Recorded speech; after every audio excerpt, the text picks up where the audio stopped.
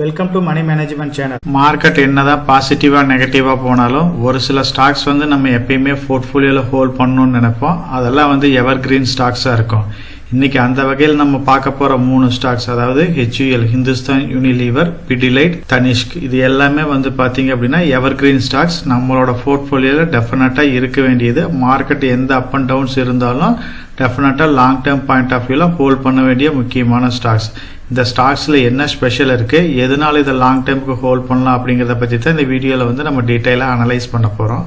First நம்ம பார்க்க போறது எதனால இந்த ஸ்டாக் நம்ம செலக்ட் பண்றோம் அப்படின்னு பாத்தீங்க அப்படின்னா இதோட ட்ராக் ரெக்கார்டு. அதாவது நீங்க லாஸ்ட் 5 இயர்ஸ் 10 இயர்ஸ் எடுத்து பார்த்தாலும் சரி, 20 இயர்ஸ் எடுத்து பார்த்தாலும் சரி, இந்த ஸ்டாக் எல்லாம் எக்ஸலண்டா பர்ஃபார்ம் பண்ணிருக்கும். லாங் டேர்முக்கு இது ரொம்ப சூட்டபிளான ஸ்டாக்ஸா இருக்கு. இதோட ஃபியூச்சர் growthம் சரி, ஃபியூச்சர் மாடலும் வரப்போற வருஷங்கள்ல சிறப்பா இருக்கிறதுனால இந்த லாங் டேர்முக்கு நம்ம செலக்ட் பண்ணி எடுத்திருப்போம். முக்கியமான செக்டர்ஸ்ல இது பார்ட்டிசிபேட் பண்றாங்க. டாப் செக்டர்ஸ் இப்ப பாத்தீங்க அப்படின்னா பிடிலைட் அப்படின்னா கெமிக்கல் இண்டஸ்ட்ரீஸ்ல இருக்காங்க, HUL அப்படின்னா FMCGல இருக்காங்க, அதே மாதிரி தனிஷ்க் அப்படின்னா கோல்டு செக்மெண்ட்ல இருக்காங்க. இந்த மாதிரி டாப் செக்டர்ஸ்ல இருக்கிறதுனால நம்மளோட போர்ட்ஃபோலியோல செக்டர் அலோகேஷனுக்கோசரம் டெஃபினட்டா இந்த மாதிரி ஸ்டாக்ஸ் எல்லாம் நம்ம கன்சிடர் பண்ண வேண்டிய ஸ்டாக்ஸா இருக்கு. அதே மாதிரி மார்க்கெட் கேபிட்டல் வைஸ் சரி, மியூச்சுவல் ஃபண்ட் ஹோல்டிங்ஸ் வைஸும் சரி, இதெல்லாம் டாப் 100 கம்பெனிஸ்குள்ள லிஸ்ட் ஆயிருக்கு. இதுல ஒரு சில கம்பெனிஸ் பாத்தீங்க அப்படின்னா நிப்டி 50 லிஸ்ட் ஆயிருக்கு. இது எல்லாமே இந்த ஸ்டாக்கை நம்ம செலக்ட் பண்றதுக்கு முக்கியமான ரீசனா இருக்கு. டாப் செக்டர்ஸ்னு பாத்தீங்க அப்படின்னா இப்ப நம்ம டிஸ்கஸ் பண்ண போற ஸ்டாக்ஸ் எல்லாமே கெமிக்கல் செக்டர்ல இருக்கு, கோல்டுல இருக்கு, FMCGல இருக்கு. ஸோ அதனால இந்த ஸ்டாக்ஸ் எல்லாமே செக்டர் அலோகேஷன் வைஸ் நம்மளோட போர்ட்ஃபோலியோல இருக்க வேண்டியதான். உண்மையாமே இந்த ஸ்டாக்ஸ் பாத்தீங்க அப்படின்னா நெக்ஸ்ட் வரப்போற 20 வருஷத்துக்கு இந்த கம்பெனி எல்லாமே எக்ஸலண்டா பர்ஃபார்ம் பண்றதுக்கு நிறைய பாசிபிலிட்டிஸ் இருக்கு. ஸோ இதெல்லாம் பெஸ்டான குவாலிட்டியான ஸ்டாக்ஸ். எந்த ஒரு வேல்யூஷன்லயும் வாங்கலாம். இப்ப பாத்தீங்க அப்படின்னா அட்ராக்டிவான வேல்யூஷன் வரட்டும், நல்ல ஒரு கரெக்ஷன் ஆகட்டும், அந்த மாதிரி டைம்ல இந்த மாதிரி ஸ்டாக்ஸ் எல்லாம் பை பண்ணலாம் அப்படின்னு நினைச்சா நமக்கு அந்த மாதிரி ஒரு ஆப்பர்ச்சுனிட்டியே கிடைக்காது. ரிலேட்டிவ் வேல்யூஷன்ஸ் கிடைக்குது. அதாவது ஓரளவுக்கு இந்த ஸ்டாக்ஸ் ஏதாச்சும் ஒரு கரெக்ஷன் வருது, இல்லை அந்த மார்க்கெட்ல ஏதாச்சும் ஒரு ஃபால் ஆகுது, இல்லை ஸ்டாக் வைஸ் ஏதாச்சும் ஒரு ஃபால் ஆகுது அப்படின்னா அந்த மாதிரி டைம்ல இந்த மாதிரி குவாலிட்டியான ஸ்டாக்ஸ் எல்லாமே நம்ம கன்சிடர் பண்ணி பை பண்ணி வச்சுக்கிறது பெட்டரான ஆப்ஷன் ஆகும். எக்ஸாக்ட் வேல்யூஷன்ல இதெல்லாம் பை பண்றதுக்கு ரொம்ப ஆப்பர்ச்சுனிட்டி கம்மியாக தான் இருக்கும். நம்ம டிஸ்கஸ் பண்ண ஸ்டாக்ஸ்ல ஃபர்ஸ்ட் ஸ்டாக்கா பார்க்க போறது பிடிலைட் இண்டஸ்ட்ரீஸ். பிடிலைட்டை பத்தி பாத்தீங்க அப்படின்னா இது ஒரு ஹை growth ஸ்டாக்ஸ் தான். வேல்யூஷன் வைஸ் கொஞ்சம் காஸ்ட்லியா இருக்கிறது தான். பிடிலைட்டை பொறுத்த வரைக்கும் கன்ஸ்ட்ரக்ஷன், ரியல் எஸ்டேட் இது எப்போ எல்லாம் சிறப்பாக இருக்குதோ அந்த மாதிரி டைமில் பார்த்தீங்க அப்படின்னா பிடிலைட்டும் எக்ஸலண்ட்டாக பர்ஃபார்ம் பண்ணும். இந்த ஸ்டாக் பார்த்தீங்க அப்படின்னா ரீசெண்டாக நல்ல எக்ஸலண்ட்டாக பர்ஃபார்ம் பண்ணி நல்ல ரிசல்ட்ஸும் கொடுத்துட்ருக்கு. இது 1953 ஸ்ட்ராங்கான மேனேஜ்மெண்ட் இருக்கு. பிடிலைட் அப்படின்னாவே நமக்கு பழைய டிவியில் வர்ற ஆட் எல்லாத்துக்குமே தெரியும். அந்த ஃபெவிகால் ஆட் எல்லாருமே பார்த்துருப்போம். அதை பார்க்காதவங்க யாருமே இருக்க மாட்டாங்க.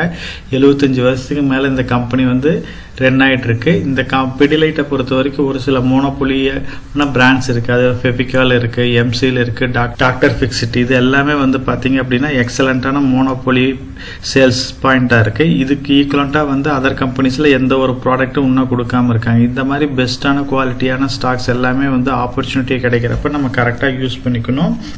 இவங்க சர்வீசஸ்ன்னு பார்த்தீங்க அப்படின்னா இந்தியா மட்டும் இல்லாமல் வேர்ல்டு வைடு எல்லா பக்கமுமே இவங்க சர்வீசஸ் ப்ரொவைட் பண்ணுறாங்க. இவங்களோட பிஸ்னஸ் மாடல் பார்த்தீங்க அப்படின்னா இப்போ மட்டும் இல்லாமல் வரப்போகிற இன்னும் நெக்ஸ்ட் 10 to 20 இயர்ஸ்க்கு ஒரு நல்ல ரிட்டர்னை கொடுக்கக்கூடிய இருக்கு. அதனால பிடிலைட்டை பொறுத்த வரைக்கும் நம்ம லாங் டேர்ம் பாயிண்ட் ஆஃப் வியூவில் டெஃபினட்டாக கன்சிடர் பண்ணலாம். தனிஷ்க் நெக்ஸ்ட் பார்த்தீங்க அப்படின்னா டைட்டனில் இருக்கிற ஒரு கம்பெனி தான் தனிஷ். இதுவுமே பார்த்தீங்கன்னா ஹை growth வால்யூம் ஸ்டாக்ஸ் தான் சொல்லுவோம். வேல்யூஷன் பிரகாரம் கொஞ்சம் காஸ்ட்லி இருக்கு. இந்த ஸ்டாக்கை செலக்ட் பண்றதுக்கு நிறைய ரீசன்ஸ் இருக்கு. ஸோ இவங்க கோல்டு செக்மெண்ட்ல டாப் பிளேயரா இருக்காங்க. இவங்களுக்கு அடுத்து நெக்ஸ்ட் லெவல்ல இருக்கிறது கல்யாண் ஜுவல்லர்ஸ், இதெல்லாம் மார்க்கெட் கேபிட்டல் கம்பேர் பண்ணா தனிஷ்கோட வேல்யூவேஷனே ரொம்ப காஸ்ட்லியா இருக்கு. இவங்க 1984 ஸ்டார்ட் பண்ணாலும் 1995 தான் இந்த கோல்டு பிஸ்னஸில் ஸ்டார்ட் பண்ணாங்க. அதுக்கப்புறம் 2000 நல்ல ஒரு பாப்புலர் ஆச்சு. இந்த லாஸ்ட் 20 இயர்ஸில் இந்த கம்பெனியில் 1 lakh rupees இன்வெஸ்ட் பண்ணியிருந்தீங்க அப்படின்னா இவங்க கொடுத்த ஸ்டாக் ஸ்பிளிட் ஆகட்டும், போனஸ் ஆகட்டும், இது எல்லாம் அக்கமுலேட் பண்ணால் 169 கோடியாக மாறி இருக்கும். ஸோ தனிஷ்கை பொறுத்த வரைக்கும் எக்ஸலண்ட்டான ஒரு ரிட்டர்ன் கொடுத்துருக்கு. நீங்கள் லாஸ்ட் 20 இயர்ஸ் 1 லட்ச ரூபாய்க்கு தங்க வாங்கியிருந்தீங்க அப்படின்னா உங்களுக்கு 1 கோடி வரைக்கும் கிடைக்க வாய்ப்பு இருக்கும். அதே 1 லட்ச ரூபாய்க்கு நீங்கள் இந்த ஸ்டாக்கை வாங்கியிருந்தீங்க அப்படின்னா 169 கோடியா மாறதுக்கு நிறைய வாய்ப்பு இருக்கு.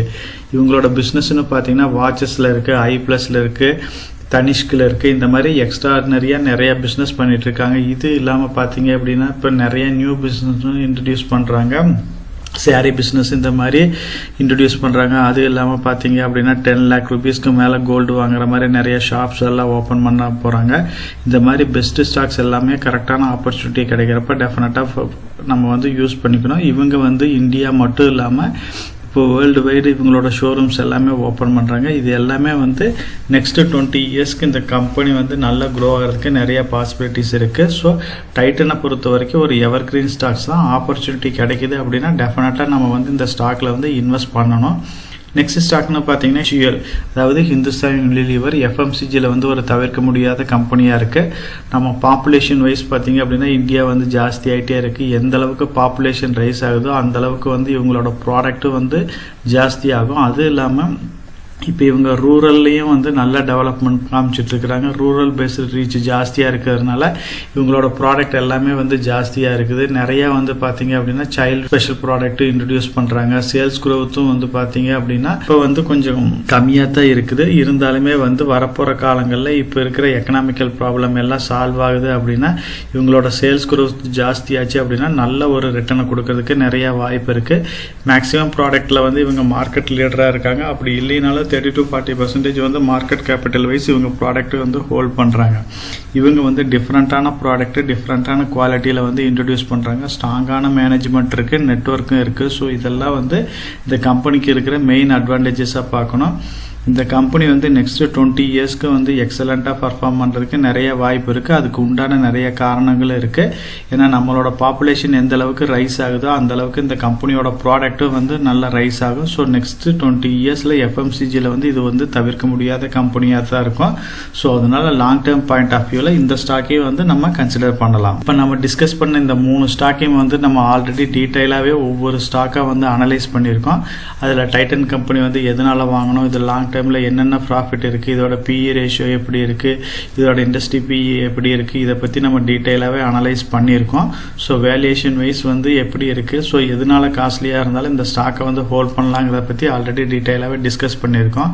அதே மாதிரி பார்த்தீங்க அப்படின்னா HULோட பாசிட்டிவ் என்ன, இது எதனால் வந்து நம்ம லாங் டேர்முக்கு ஹோல்ட் பண்ணணும். ஸோ இந்த மாதிரி குவாலிட்டியான கம்பெனிலாம் வந்து நம்ம ஆப்பர்ச்சுனிட்டி கிடச்சிச்சின்னா SIP மோடில் இன்வெஸ்ட் பண்ணலாம். அப்படி இல்லை அப்படின்னாலும் லம்சம் மோட்லையாச்சும் இன்வெஸ்ட் பண்ணலாம். இந்த மாதிரி வந்து நிறைய டீட்டெயிலாகவே டிஸ்கஸ் பண்ணியிருக்கிறோம். ஃபைனலாக வந்து பார்த்தீங்க அப்படின்னா நம்ம வந்து டீட்டெயிலாக அனலைஸ் பண்ணியிருக்கிறோம். பிடிலைட்டையும் சரி டைட்டனையும் பற்றி கம்ப்ளீட்டாக அனலைஸ் பண்ணியிருக்கிறோம். நிஃப்டி நெக்ஸ்ட் 50ல் இருக்கிற ஒரு முக்கியமான கம்பெனியாக இருக்குது. SIP மோட்லையும் லம்சம் மோட்லையும் இன்வெஸ்ட் பண்ணுறதுக்கு சூட்டபுளான கம்பெனி அப்படின்ற மாதிரி நம்ம டிஸ்கஸ் பண்ணியிருக்கோம்.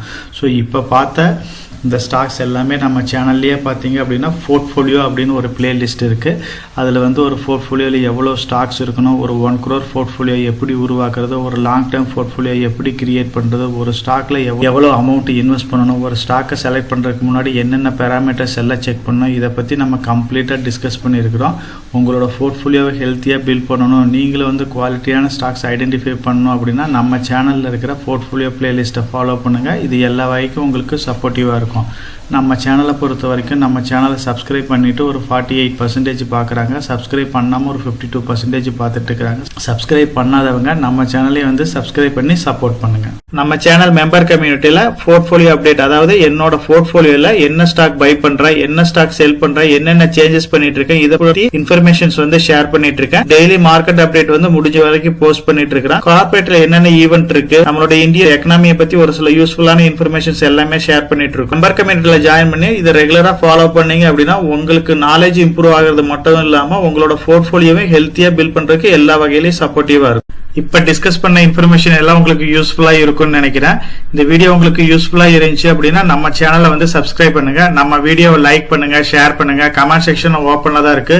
ஸோ இந்த வீடியோ பத்தி உங்களோட ஒப்பீனியன் என்ன, இதுல என்னென்ன டவுட்ஸ் இருக்கு அப்படின்னு நீங்க கமெண்ட் செக்ஷன்ல போஸ்ட் பண்ணீங்க அப்படின்னா உங்களுக்கு மட்டும் இல்லாம நம்ம வியூவர்ஸ் எல்லாத்துக்குமே நல்ல ஒரு சப்போர்ட்டிவா இருக்கும். நான் ஒரு செபி ரிஜிஸ்டர்ட் அட்வைசர் கிடையாதுங்க. நம்ம சேனலில் போடுற வீடியோக்கள் எல்லாமே வந்து பார்த்தீங்கன்னா எஜுகேஷனல் ஆர் இன்ஃபர்மேஷன் பர்பஸ்க்கோசரம் போஸ்ட் பண்ணுற வீடியோக்கள் தாங்க. இன்வெஸ்ட்மெண்ட்னா கண்டிப்பாக ரிஸ்க் இருக்கும். அதனால நீங்கள் உங்கள் ஃபினான்ஷியல் அட்வைசர்கிட்ட டிஸ்கஸ் பண்ணியோ இல்லை நீங்களா ஓன் டிசிஷன் எடுத்தோ இன்வெஸ்ட் பண்ணுங்கள்.